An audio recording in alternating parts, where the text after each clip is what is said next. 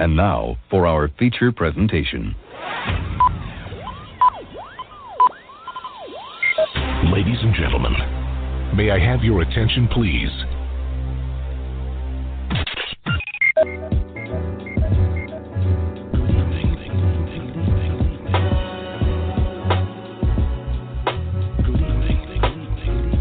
You're listening to Straight Talk with Dean and Mark.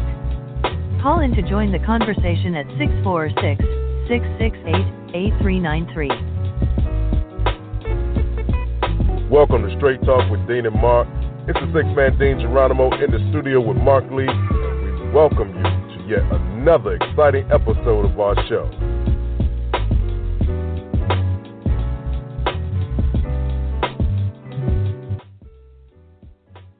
And once again, just like that, it is 7 o'clock. It's the last Monday night in March. It's the six-man Dean Geronimo here in the studio with my right-hand man, Mark Lee, from NJ to NC. That's how we do. So, Mark, tell me what's good in your neck of the woods, my brother.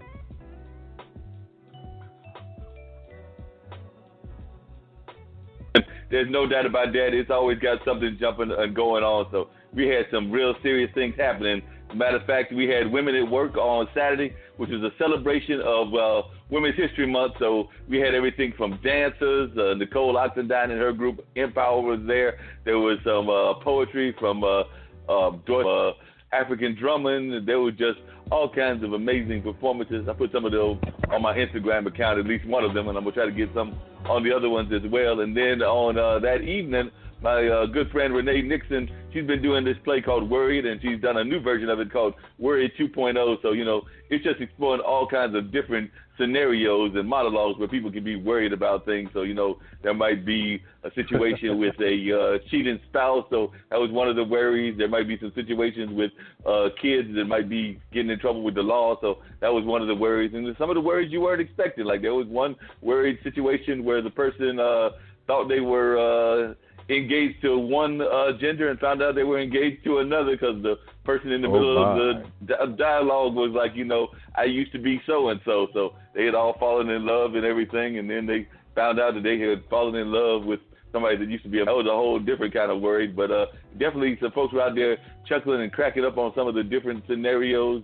Some of them were very profound because I remember one person, they were worried about some health issues, you know, things that might be taking them out because one, I think it was the last one, the guy had breast cancer. So, you know, we think about that as being usually a female-associated disease, but it is a fact that man can get that disease as well. So, like I said, Renee is always doing some very powerful things in her plays and definitely some thought-provoking things. So we had that going on. Then Sunday we had two church services with Christ Central, the church that meets there every Sunday at the Hayti. As a matter of fact, coming up in April on Easter Sunday, they're going to be doing 3 services. So I'm going to have a long day with them on that day because they're going to do not 1, not 2, but 3 services. But that afternoon, that evening, there was a gentleman there who I've invited to come on the show, Rufus Stevens, I believe is his name, and he's a motivational speaker. Okay. So he was talking about just us living in our promises and, you know, they're definitely not letting the negative kind of energies that some folks can give us where they want to take us back down the road to our past and the things where we crashed and burned and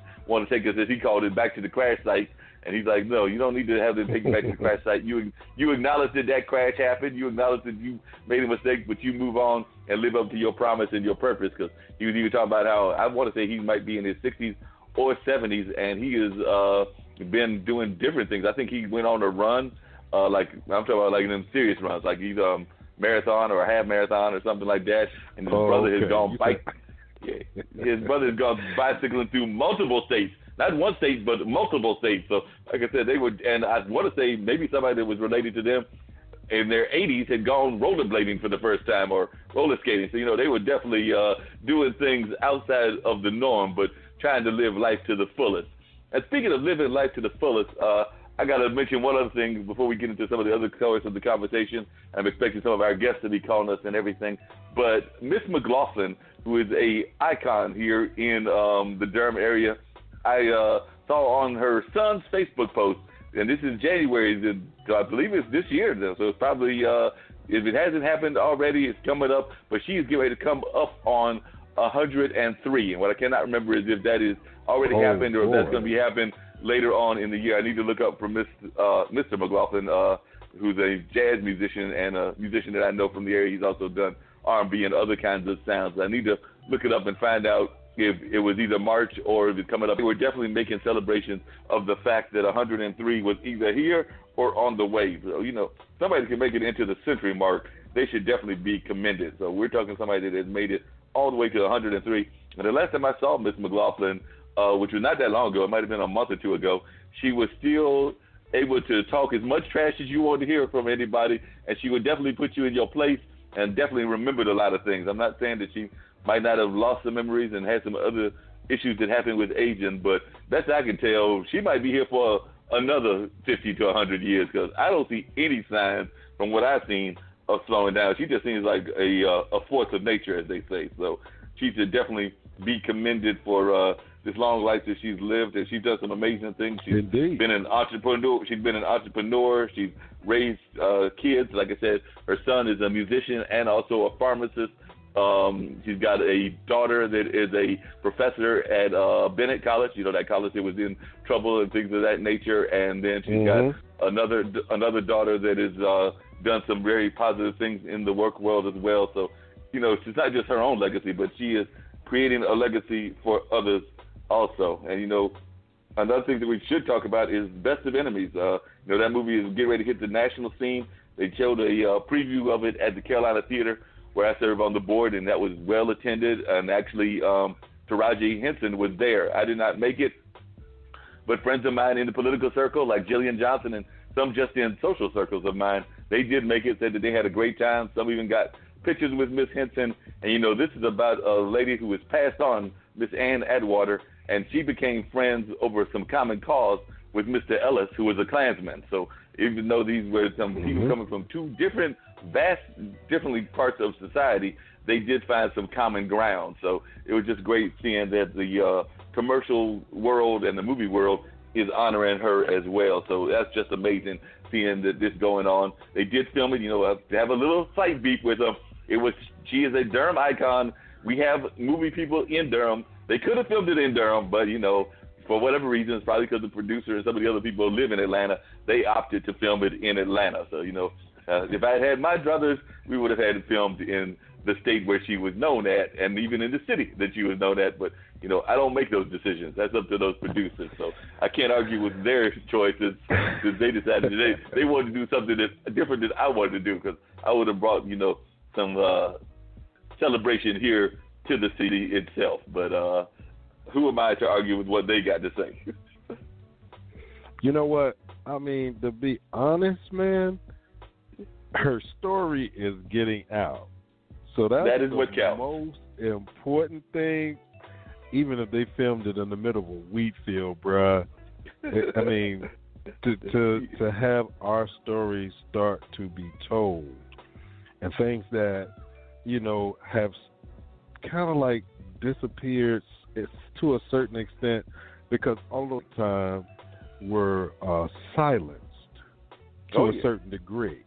So now you have people saying, nope, those stories were told to me, and I'm going to make sure that the world knows about this story and how this molded part of our history, you know.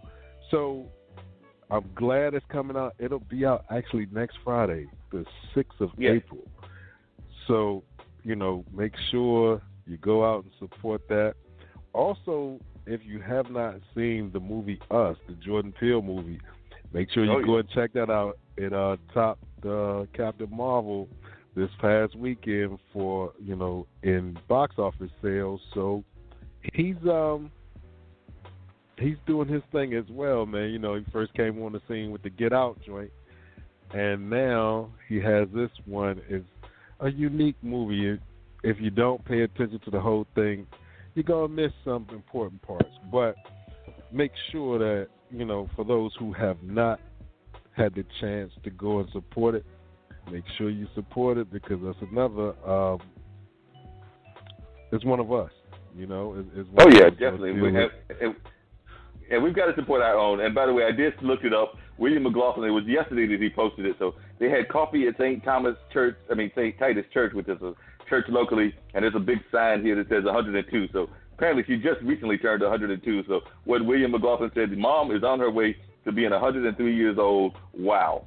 And this is coffee at St. Titus Church, and there's a whole lot of people that are in the background. I'm seeing some guys, some ladies, and others that are some of the folks that definitely were there to honor this fine lady. So like I said, she has hit the 102 mark, and as he put it, she is on her way to that 103 mark. So much kudos to Miss McLaughlin.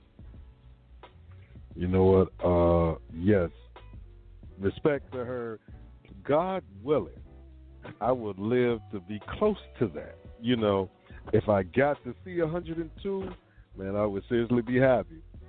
But if I could get close to that, I think I would still be all right. But it's to be celebrated when individuals pass that century mark. And, you know, as Black doesn't crack too much, she probably looks like she's about, and I haven't seen a picture of her, but I bet you she looks like she's about 70, 75 years old.